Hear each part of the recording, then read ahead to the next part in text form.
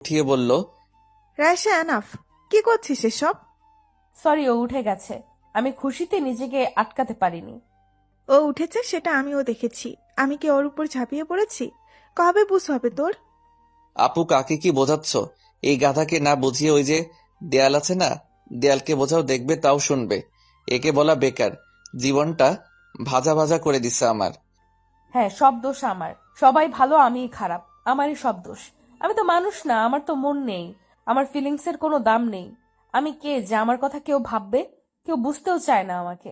লাগবে না কাউকে, আমি একা থাকতে পারবো। এই কথা বলে রাইসা কান্না করতে করতে বেরিয়ে গেল।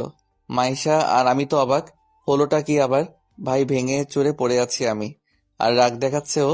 আমার সাথে কেন এমনটা হয়? হচ্ছেটা কি? আর এই ভেটকি মাছ কেন এভাবে কান্না করতে করতে গেল? কি হয়েছে? আমি কি ভুল কিছু বললাম? আমি মাইশা আপুকে বললাম, আপু, হুম। আমি কি ভুল কিছু বলেছি? এভাবে কেন চলে গেল? রাফি ভাই, আমার আমার ভয় হচ্ছে। আরে ভয় কিসের? বিয়ে তোমার আনন্দ করো, আনন্দ চিল হবে খালি। আমি কালকে চলে আসছি, বুঝলে? ধুর, আমার কথা না। তাহলে? এই যে পাগলিটার ব্যাপারে। ওকে নিয়ে আপু কিচ্ছু ভেবো না, ও ঠিক হয়ে যাবে। জানোই তো ও এমন, কখন কি করে বোঝাই যায় না, নিজেও বোঝে না। কিন্তু এবার ঘটনা অন্যরকম। ঘটনা মানে?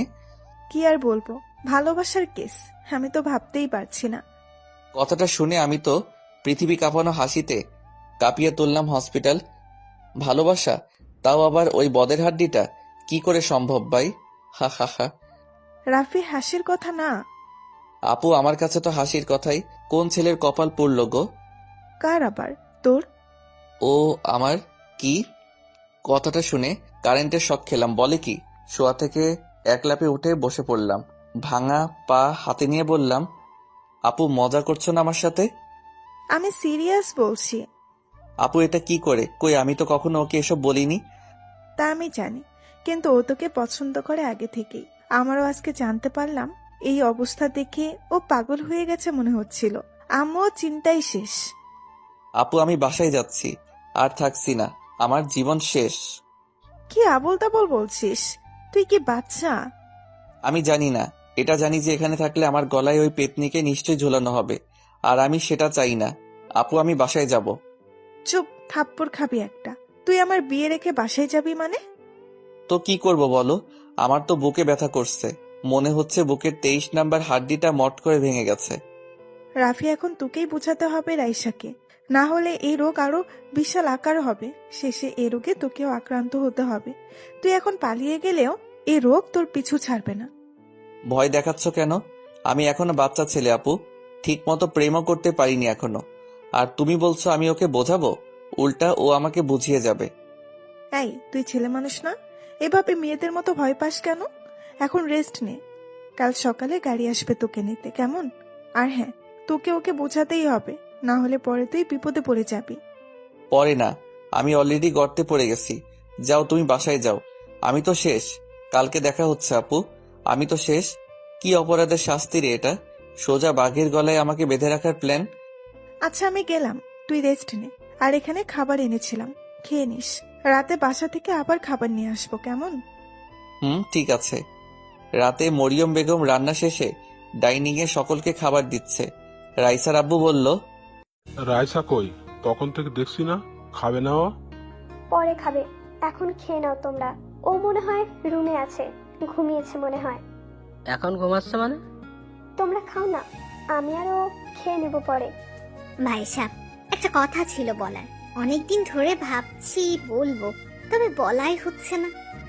ও আচ্ছা, বলেন, সমস্যা নেই। আসলে মাইশার তো বিয়ে হয়েই যাচ্ছে, মাশাআল্লাহ। এখন তো বলতে অসুবিধা নেই। কি বলবি বল না। বুবু, আমি রাইসাকে ইরফানের জন্য ভাবছি। আপনাদের কি মত সেটা জানার ইচ্ছে এখন। বোঝো ঠেলা। এটা শুনে রাইসার বড় খালা মানে মরিয়ম বেগমের বড় বোন ঠাস করে বলে উঠল, আরে এভাবে কিভাবে?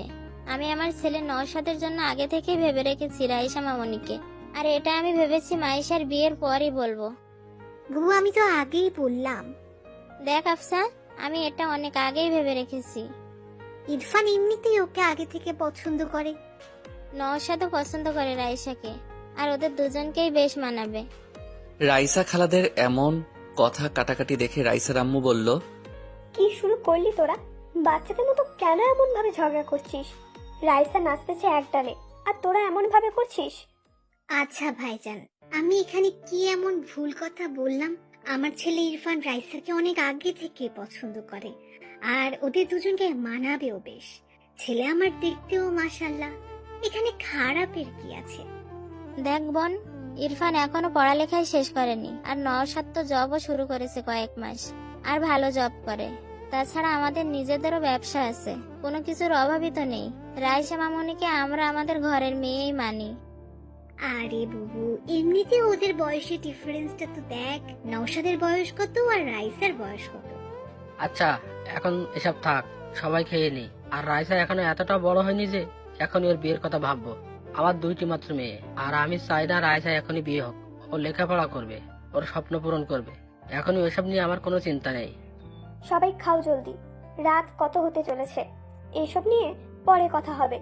2 দিন পর মাইশার বিয়ে, আর এখন সবাই পড়লে রাইসাকে নিয়ে। সবাই চুপ। তবে ওনারা 2 বোন একে অপরের উপর হালকা রেগে গেছে। যতই বোন হোক, নিজের ছেলের ব্যাপারে দুজনই একে। তাই রাগ করে বড় বোন খাওয়া রেখে উঠেই গেল।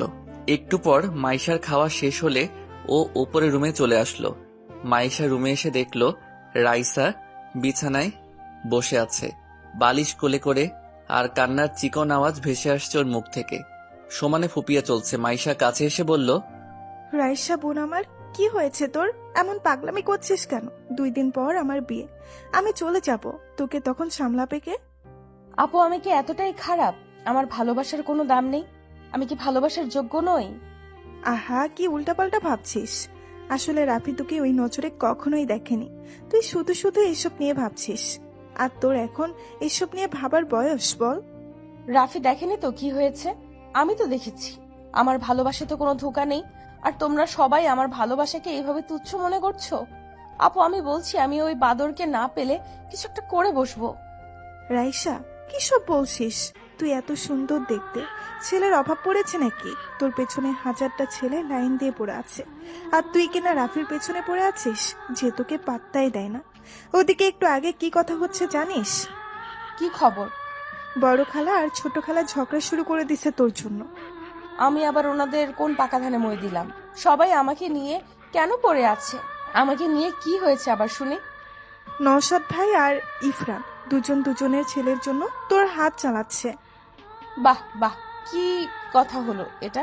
আমি কি এখন আমার হাত কেটে 2 জনকে দিয়ে দেব? কি বলছিস সেগুলো? রাফি, তোকে গাধা এমনি এমনি বলি না, আজ বুঝতে পারছি। তোর হাত মানে এটা মেন করে নাই, তাদের ছেলের জন্য তোকে বউ হিসেবে নিতে চাইছে। কথাটা শুনে রাইসা চমকে উঠল। আপু বলে কি? আমি আছি আমার জ্বালায়, ওদিকে আবার এই ঝামেলা কই থেকে ঢুকে পড়লো?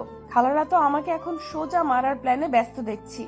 যাকে ভালোবাসি সেই গাধারাম তো কখনো বুঝতেই চায় না। আর এইদিকে ওনারা আমাকে নিয়ে যুদ্ধ ঘোষণা করেছে। আমিও এর শেষ দেখে ছাড়বো। আমার নাম ও রাইসা। কুত্তা হারামি আগে বাসায় আসুক, ওরে আমি বোঝাচ্ছি। তখন রাইসা বলল, আমি খালাদের সব বলে দিই, কেমন? মানে কি বলবি? এটাই যে আমি হনুমানকে পছন্দ করি। এটা বললে কি হবে? এখন বাসায় কত লোক, নানাজন নানা কথা বলবে, তোর কোনো মান সম্মান থাকবে? আমার বিয়েটা মিটে যাক, তারপর এসব নিয়ে আলোচনা করা যাবে।